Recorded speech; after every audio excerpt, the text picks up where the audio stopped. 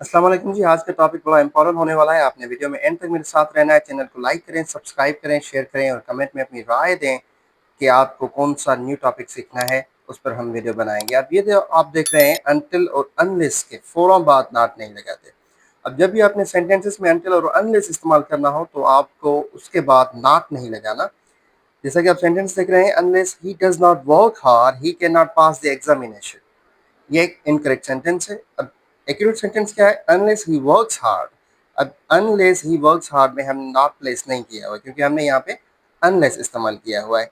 He can not pass the examination. Unless he works hard he can not pass the examination. अब unless इस्तेमाल करके एक sentence को छोड़कर, क्लास को छोड़कर आप जब आप दूसरा सेंटेंस बनाएं तो उसमें ही आपको नॉट प्लेस करना है।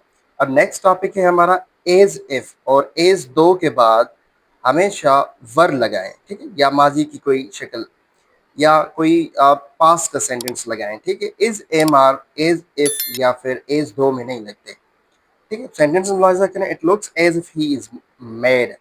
अब हमने एज इफ यहाँ पर प्लेस किया हुआ है और हमने इज लगाई हुई है। रूल्स क्या कह रहे हैं कि जब भी आपने एज इफ और एज दो इस्तेमाल करना हो किसी भी सेंटेंस में तो आपने इज एम आर प्लेस नहीं करना है। इनकरेक्ट सेंटेंस है, it looks as if he is mad. Is नहीं लगाना यहाँ पे। It looks as if he eats stale bread. अब यहाँ पर हमने प्रेजेंट सिंपल इस्तेमाल किया हुआ है।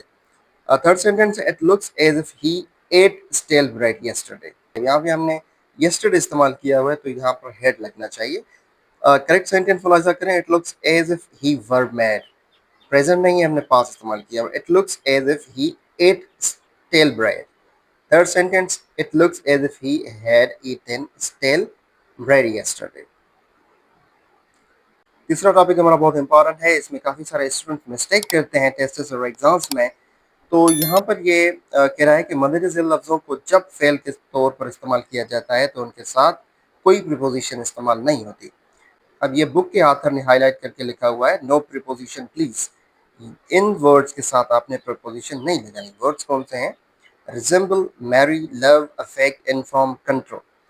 ये इनकरेक्ट है। आप देखें कि रिजेंबल के साथ विथ लगा हुआ है, रिच के साथ एट लगा हुआ है, आवर के साथ टू और मैरी के साथ विथ, लव के साथ विथ, कंट्रोल के साथ ऑन और इन्फॉर्म के साथ टू, जबकि इन वर्ड्स के साथ प्रीपोजिशन नहीं लगती। ये सिर्फ एज इट इज रखे जाते हैं। रिजेंबल, रीच, आवर, marry, love, control, inform. Sentences मुलाहिजा करें, he resembles with his brother। Incorrect sentence. अब रिजेंबल के साथ हम पढ़ के आए हैं कि रिजेंबल्स के साथ कोई भी प्रीपोजिशन नहीं लगती। करेक्ट सेंटेंस क्या होगा? He resembles his brother.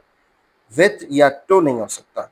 He married with a beautiful girl. अब he married to a beautiful girl या he married with a beautiful girl is an incorrect sentence. Correct sentence क्या है? He married a beautiful girl. No to and no with.